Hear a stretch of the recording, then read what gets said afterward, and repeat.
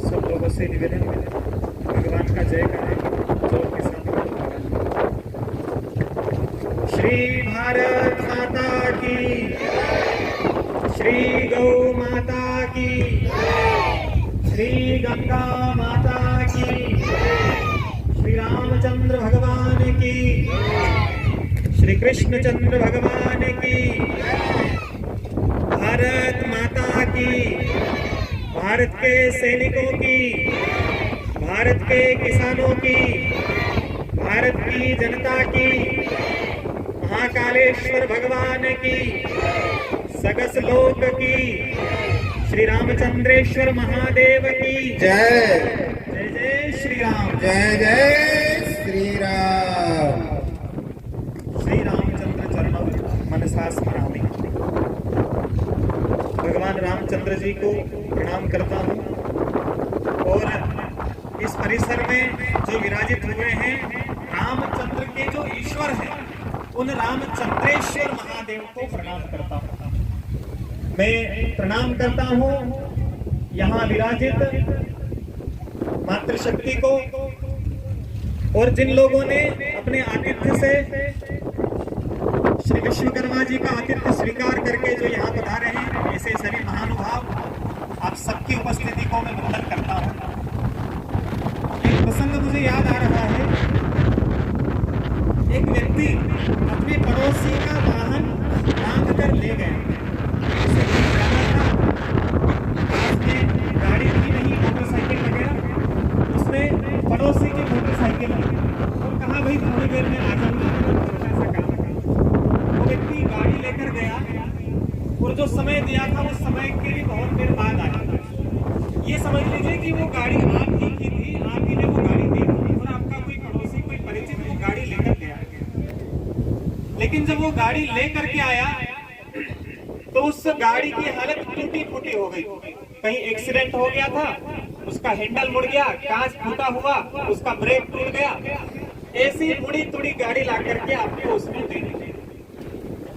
अब क्योंकि आपका संबंध अच्छा था, बोलचाल बढ़िया, परिचय था, इसलिए आपने कुछ कहा नहीं, संकोच के मारे कुछ बोल नहीं पाए और उस व्यक्ति ने गाड़ी रखी और बिना कुछ बोले, बिना कोई क्षमा मांगे और चुपचाप चला गया। आपने कुछ बोला नहीं क्योंकि संबंध अच्छे थे। लेकिन आप लोग ये बताइए कि अगर वो व्यक्ति दोबारा गाड़ी लेने के लिए आएगा कभी, तो क्या आप अपनी गाड़ी उसे दोगे? नहीं देंगे कि भैया हमारी गाड़ी तोड़ दी, हैंडल मोड़ दिया, ब्रेक तोड़ दिया, कांच फोड़ दिया, तुझे काय को के गाड़ी हो गया, एक बार देना था, व्यवहार निभाना था तो एक बार निभा दिया। तो मैं निवेदन ये कर रहा हूं कि परमात्मा ने भी हमें ये शरीर रूपी गाड़ी दी है और सोच लीजिए कि हम जो गाड़ी लेकर के, ये शरीर लेकर के आए हैं, वो कैसे देना है। क्या हमें साफ सुथरा व्यवस्थित स्वच्छ देना है पुण्य कर्म करते हुए, या फिर इस शरीर से फालतू के काम करते हुए, बिना आधार के काम करते हुए ये शरीर सौंपना है भगवान को। इसलिए कबीर दास जी ने तो बोल दिया कि राम नाम रस झीनी चदरिया झीनी रे झीनी, राम नाम रस पीनी चदरिया झीनी रे झीनी। ऐसी ओढ़ी दास कबीर ने ज्यों की त्यों धर दीनी चदरिया झीनी रे। कबीर दास जी ने बोल दिया था कि भगवान मैंने आपने जो मुझे ये चदरिया दी है, शरीर रूपी चादर, मैं इसको बहुत अच्छी तो नहीं कर सका। बढ़िया डिटर्जेंट लगा करके ब्रश से वॉशिंग मशीन में मैं इसे धोता, ये तो मेरी सामर्थ्य नहीं थी। हाँ, इतनी ही कोशिश मैंने की है कि जैसी मिली थी वैसी के वैसी चादर ये आपको समर्पित करके जाऊं। तो हमें अपने जीवन में ये अवलोकन करना है कि भगवान ने जो शरीर दिया था इससे क्या करना है, आखिर हमारा परम कर्तव्य क्या है। क्योंकि शास्त्र कहते हैं आहार निद्रा भयमेव समान वेदन पशुभिर नराणा। खाना पीना, सोना, संतान पैदा करना, ये तो पशु पशुओं में और मनुष्यों में समान है, हमें कोई अंतर नहीं है। अगर हम भी वही के वही कर्म करते हैं जो पशु कर सकता है, तो उनमें और हमें अंतर क्या रहा। तो इसलिए हमारे अंदर ये विशेषता है कि हम अपने इस शरीर को उज्ज्वल कर सकते हैं, इस देह से देह का लाभ है। और इसलिए हमें प्रयत्न करना है कि हम भगवत प्राप्ति के लिए निरंतर प्रयत्न कर सकें। मूर्ति हम लोगों ने भी यहाँ भगवान की मूर्तियां प्रतिष्ठापित की हैं, उनके अंदर हमारे वेदज्ञ विप्रों ने मंत्र पढ़ करके उनके अंदर प्राण प्रतिष्ठा की है। लेकिन जब मूर्तिकार इस मूर्ति को बना रहा था, और आप लोगों ने अगर देखा हो तो जब मूर्ति बनाता है ना, तो उसके ऊपर चोट करता रहता है, हथौड़ी छेनी लग करके उसके ऊपर ठोकता है, उसके मेन नक्श उभारता है मूर्ति की। लेकिन कभी कभी क्या होता है कि कोई पत्थर ऐसा होता है जो गलत जगह से टूट जाता है, बीच में से क्रैक हो जाता है, तो वो पत्थर किसी भी काम का नहीं रहता। तो बंधुओं, जो पत्थर चोट खा करके चोट को सहन कर गया, वो मंदिर में बैठ करके पूजा करने योग्य बन जाता है। और जो पत्थर चोट को सहन नहीं कर पाता, वो टूट करके फेंक दिया जाता है रास्ते पे, उस पत्थर का कोई उपयोग नहीं होता। तो हमें ये शरीर मिला है, हम क्या करें ऐसा? हम कदाचित शायद हम उस योग्य नहीं थे, उस चोट को सहन नहीं कर पाए, हम टूट गए, हम अच्छे काम नहीं कर पाए। सब लोगों की बस की बात नहीं होती है कि ऐसे मंदिर बना सके, ऐसा पुण्य कार्य कर सके, तो हम क्या करें? अपने मन में ये प्रश्न उठता होगा। तो मैं आपको बताता हूँ कि जब कदाचित पत्थर अगर टूट गया और शंकर नहीं बन पाया, लेकिन अगर वो मंदिर पे लगने वाली सीढ़ी में जो पत्थर होता है, अगर वहां भी वो कंकर लग जाता है, तो वही कंकर तो भक्त को शिव जी तक ले जाता है। तो इसलिए हम क्या हुआ अगर हम शंकर नहीं बन सके, क्या हुआ अगर हम शिव नहीं बन सके, हम कंकर ही रह गए।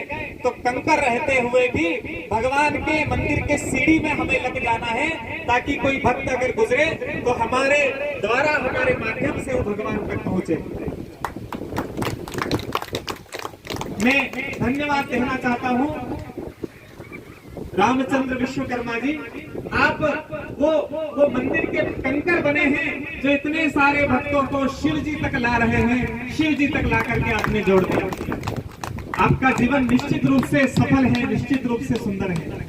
लेकिन एक बात और यहाँ उठी थी, वो बात वैसे तो गोपनीय थी, अभी तक किसी के ध्यान में ज्यादा प्रचार हम लोग कर नहीं रहे थे, लेकिन क्योंकि अभी मेरे पूर्व जो मान्यवर बोल रहे थे, उन्होंने स्पष्ट कहा, और विश्वकर्मा जी ने तो जो बोर्ड भी लगाया तो उस पर भी लिखा है कि श्री सिद्ध गुरुकुल सगस लोग आत्मनिर्भर।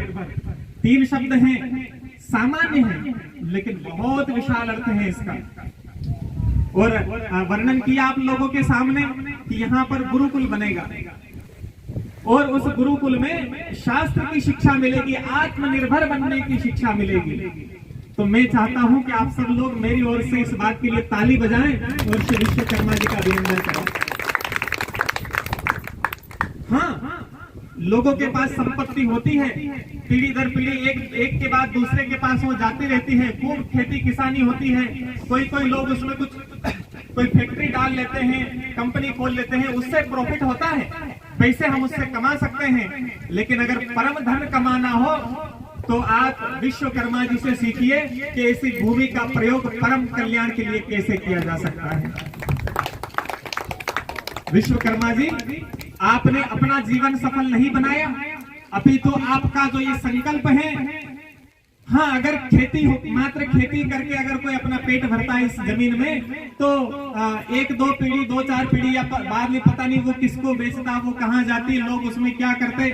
और सामान्य भूमि होती है तो अनेक तरह के लोग आते हैं। लेकिन जब आपने निश्चय किया, जब आपने संकल्प किया कि यहाँ गुरुकुल होगा, यहाँ वानप्रस्थ आश्रम होगा, यहाँ शास्त्रों की शिक्षा होगी, यहाँ सत्कार्य होगा, सत्कर्म होगा, सत्संग होगा, तो मुझे लगता है कि ये संकल्प करते ही आपका जीवन धन्य हो गया, आपने अपने जीवन को सफल बना लिया। तो ऐसी जो संकल्पना है, मैं आज आप लोगों के सम्मुख ये आश्वासन देना चाहता हूँ श्री विश्वकर्मा जी को कि आपके इस शुभ संकल्प में हम सभी लोग सहभागी हैं और आपके संकल्प को पूरा करने के लिए जहां जब हमारी आवश्यकता पड़ेगी हम लोग उपस्थित होंगे और इस शुभ संकल्प को पूरा करेंगे।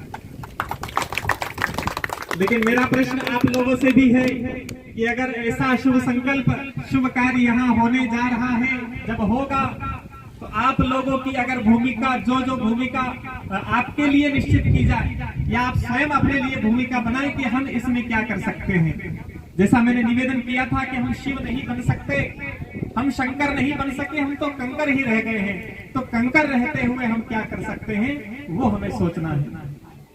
भगवान राम जी जब समुद्र के पार जाना था, लंका में जाना था और पुल बना रहे थे, तो बड़े बड़े महारथी लोग लगे थे, नल नील जैसे बड़े बड़े इंजीनियर, हनुमान जी जैसे बड़े बड़े प्रचंड शक्तिशाली लोग वो बड़े बड़ी चट्टाने ला करके उस पुल पे रखते थे। लेकिन एक गिलहरी वहां आई, उसने सोचा मैं क्या करूं, मेरा सहयोग इसमें कैसे हो, तो वो छोटे छोटे कंकर उठा करके लाने लगी।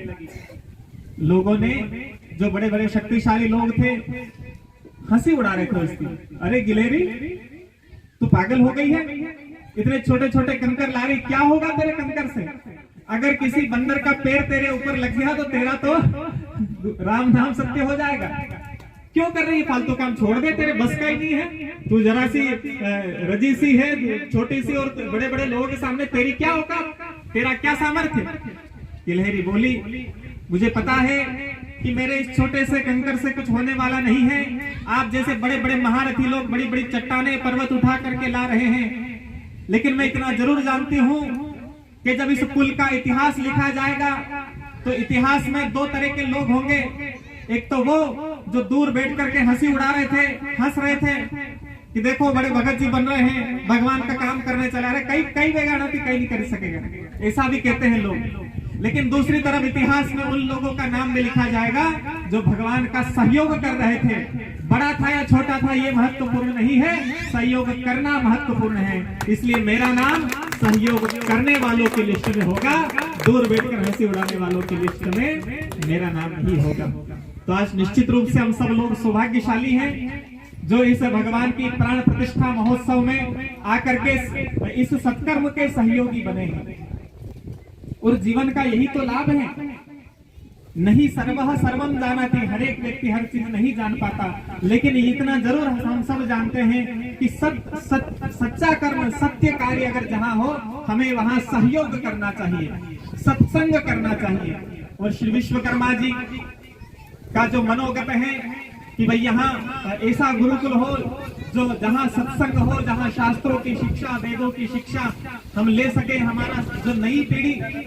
मैं एक बात कहता हूँ, छोटी सी बात बोल करके, आप लोगों का समय ज्यादा नहीं लूंगा। हम लोगों ने मंदिर बनवाए, क्यों बनवाए? दान पुण्य किया, क्यों किया?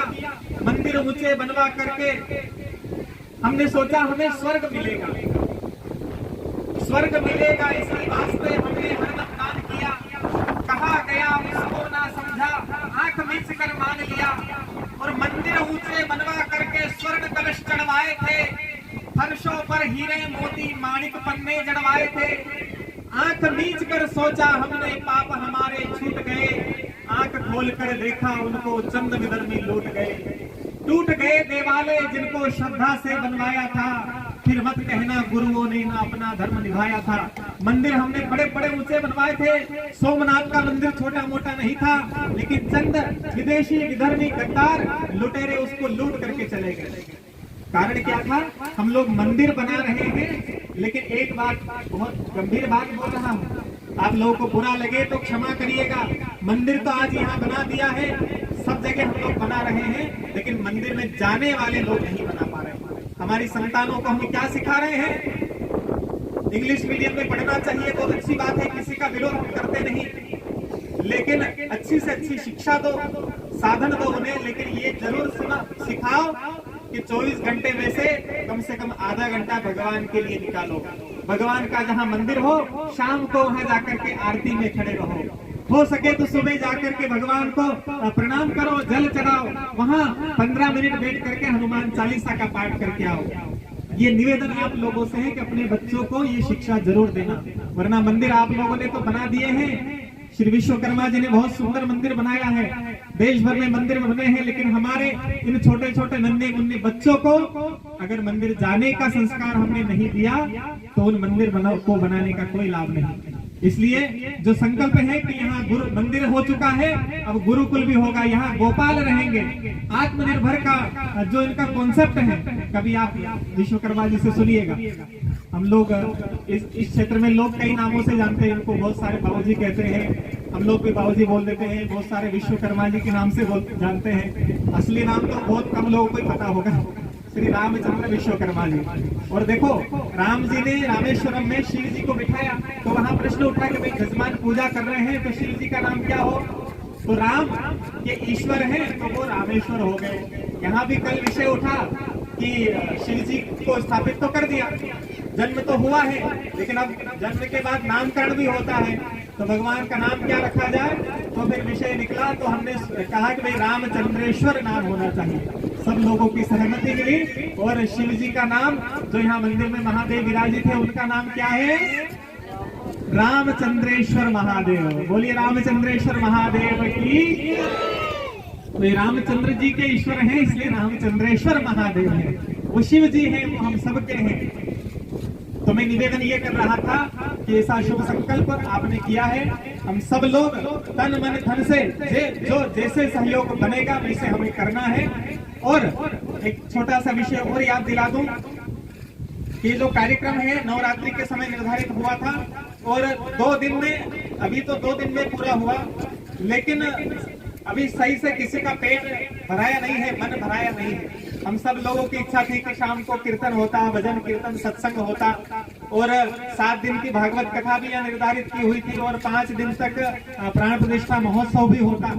लेकिन कोरोना काल बढ़ जाने से वो उस कार्य को वहीं स्थगित करना पड़ा, आगे बढ़ाना पड़ा। फिर बीच में मुहूर्त निकला, फिर उसको भी, अब ये तीसरी बार भगवान की ऐसी कृपा हुई कि तीसरी बार मुहूर्त निकला, और आज हम सब लोग इसके साक्षी बने हैं और ये कार्य महोत्सव पूरा हो रहा है। लेकिन अब जो बच गया है वो पुनः फिर कभी होगा। पर अभी हमारे पंडित जी बता रहे थे कि भगवान का जन्म हो गया है। ये साल जो है, ये जो दिन है, आज क्या है? इन रामचंद्रेश्वर महादेव का जन्म दिन है। आज इनका जन्म हो गया है, और विधान ये है कि जब मंदिर बन जाता है, प्राण प्रतिष्ठा कर दी, तो कम से कम 5 वर्षों तक विश्वकर्मा जी ध्यान देंगे, आप सभी लोग भी ध्यान दीजिएगा कि कम से कम 5 वर्षों तक उनका पाठोत्सव मनाया जाता है, यानी कि हैप्पी बर्थडे मनाया जाता है, भगवान का जन्मदिन मनाया जाता है। तो जिस तरह से हमने इस बार यज्ञ करके भगवान को प्रतिष्ठापित किया, भगवान श्री विश्वकर्मा जी को इतनी ताकत है कि कम से कम 5 वर्ष तक तो हवन करके, यज्ञ करके, ऐसा करके वर्ष में एक बार ऐसा उत्सव यहाँ हो कि सब लोग एकत्रित हो सके और भगवान का जन्म उत्सव मनाया जा सके। बोलिए रामचंद्रेश्वर महादेव की। तो वो समय के आधार पर होगा। ये विषय थे, मैंने आप सब लोगों के सम्मुख रखे हैं। अगर किसी प्रकार की कोई त्रुटि हुई तो मैं आपसे क्षमा चाहता हूँ। इतना बोल करके मैं अपनी वाणी को विराम दूंगा। बोलिए बाल कृष्ण लाल की, श्री रामचंद्रेश्वर महादेव की जय, सगस भगवान की जय। ओम नमः पार्वती बते हर हर महादेव। आदरणीय श्री सत्यार्थी जी अपना विषय रखेंगे और श्री विश्वकर्मा जी भी कुछ बोलेंगे तो अच्छा लगेगा।